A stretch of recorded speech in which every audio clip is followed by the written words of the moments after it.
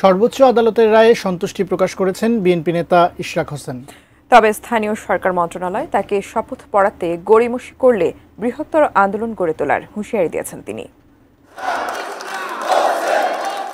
ইশরাক হোসেনকে ঢাকা দক্ষিণের নগরপিতা হিসেবে শপথ পড়ানোর দাবিতে নগর ভবনে 15তম দিনের মতো অবস্থান কর্মসূচি পালন করেন তার সমর্থকরা। দুপুরে খবর আসে তাদের নেতাকে মেয়র হিসেবে শপথ নেয়ার বিষয়টি নির্বাচন কমিশনের ওপর ছেড়ে দিয়েছেন সর্বোচ্চ আদালত। এমন খবরে উচ্ছ্বাস প্রকাশ করেন ইশরাক সমর্থকরা। আমরা মনে করি এটা গণতন্ত্রের বিজয় হয়েছে, এটা ভোটের বিজয় হয়েছে।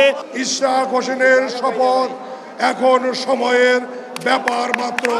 কিছু পরে সেখানে আসেন ইশরাক হোসেন। নেতাকর্মীদের ফুলেল শুভেচ্ছায় সিক্ত হন তিনি।